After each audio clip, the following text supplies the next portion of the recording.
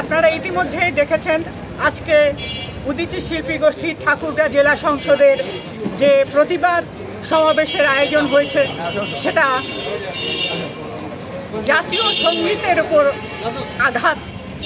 জাতীয় সঙ্গীত গাইতে দেওয়া হবে না। সেই 1971-এর সেই পরাজিত শক্তি তারা বগুড়া উদীচীতে জাতীয় সঙ্গীত গাইবার সময় যেভাবে হামলা করেছে এটা অত্যন্ত ন্যাক্কারজনক এবং দুঃখজনক।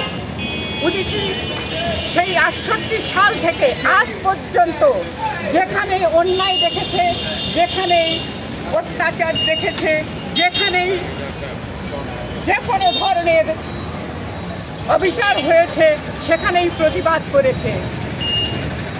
আপনারা সবাই সেটা জানেন।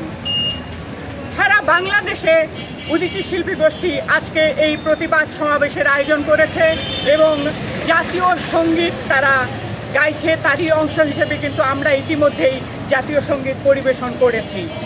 1971 সালের সেই পরাজিত শক্তি যারা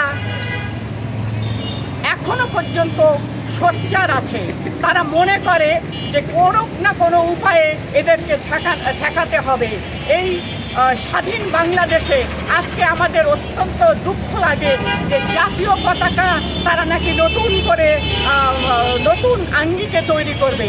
জাতীয় সঙ্গীত তারা লিখতে বসে গেছে অনেকেই।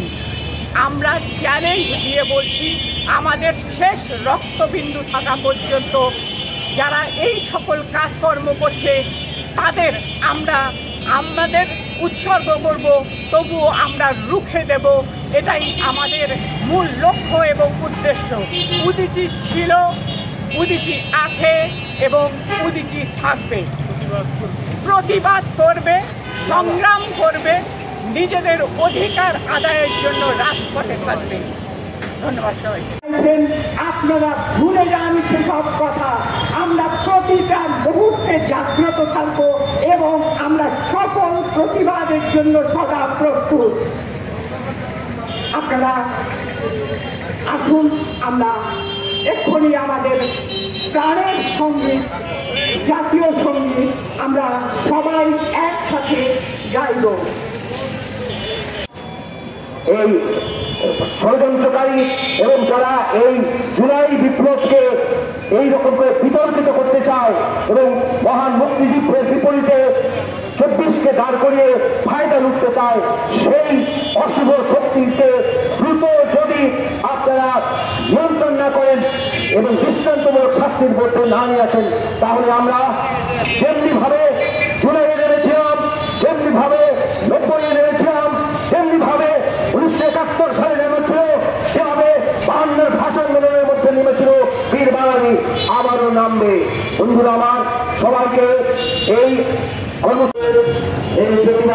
আমরা উদীচী শিল্পী গোষ্ঠী সারা দেশে শাহবাগে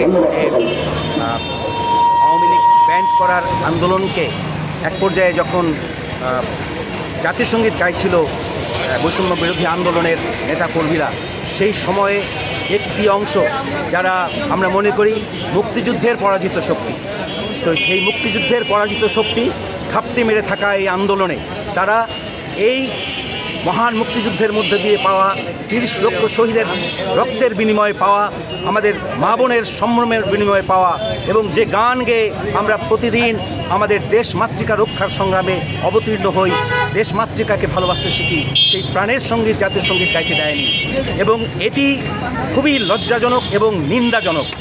তাই আমরা মনে করি তারই প্রতিবাদে বগুড়ায় উদীচীর সহযোদ্ধা বন্ধুরা যে আয়োজন করেছিল সেখানেও তারা দুঃসাহস দেখিয়েছে এবং আমরা মনে করি সরকারের থেকে থাকা ঘাপটি মারা একটি অংশ এই সুযোগগুলো নিচ্ছে, অস্থিতিশীল করতে চাইছে কোনো বিষয়গুলোকে নিয়ে এবং গৃহযুদ্ধ বাঁধানোর একটি পায়তারা তারা করছে।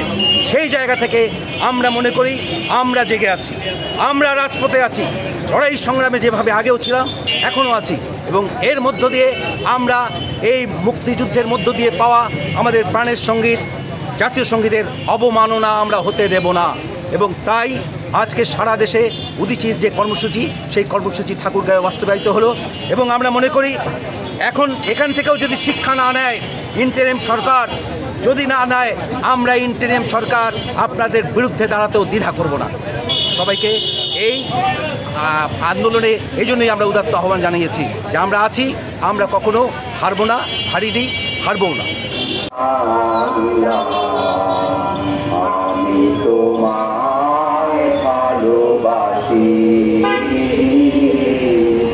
চিরদিন তোমার আকাশ, চিরদিন তোমার আকাশ, তোমার বাতাস আমার প্রাণে,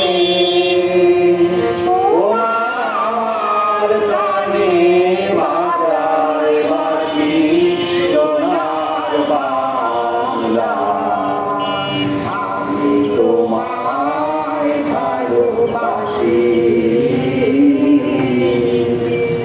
তোমার ফাগুনে তোর আমের বনে গানে পাগল করে মরি হায় হায় রে ও মা, ফাগুনে তোর আমের বনে গানে পাগল করে ও গানে তোর ভরা খেতে কি দেখেছি আমি, দেখেছি মধুর হাসি সোনার বাংলা। আমি তোমায় ভালোবাসি, কি শোভা কি ছায়া গো, দেখো কি মায়া গো, কি আদর বিছাইত বাটের মূলে নদীর কূলে কূলে। পাথর মুখের বাণী আমার কানে লাগে সুধার মতো, মরি হায় হায় তোর মুখের বাণী আমার কানে লাগে সুধার মতো, তোর বদন ধামি মলিন হলে আমি নয়ন, ও আমি নয়ন জলে ভাসি সোনার বাংলা। আমি তোমায় ভালোবাসি।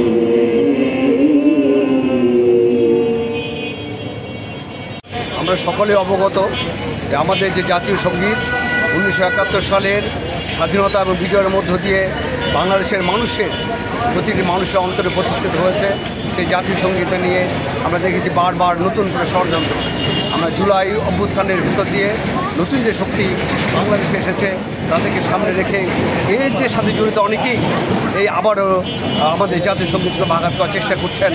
আমরা অত্যন্ত দুঃখের সাথে লক্ষ্য করছি অনেকেই তাদেরকে হয়তো উস্কানি দিচ্ছেন।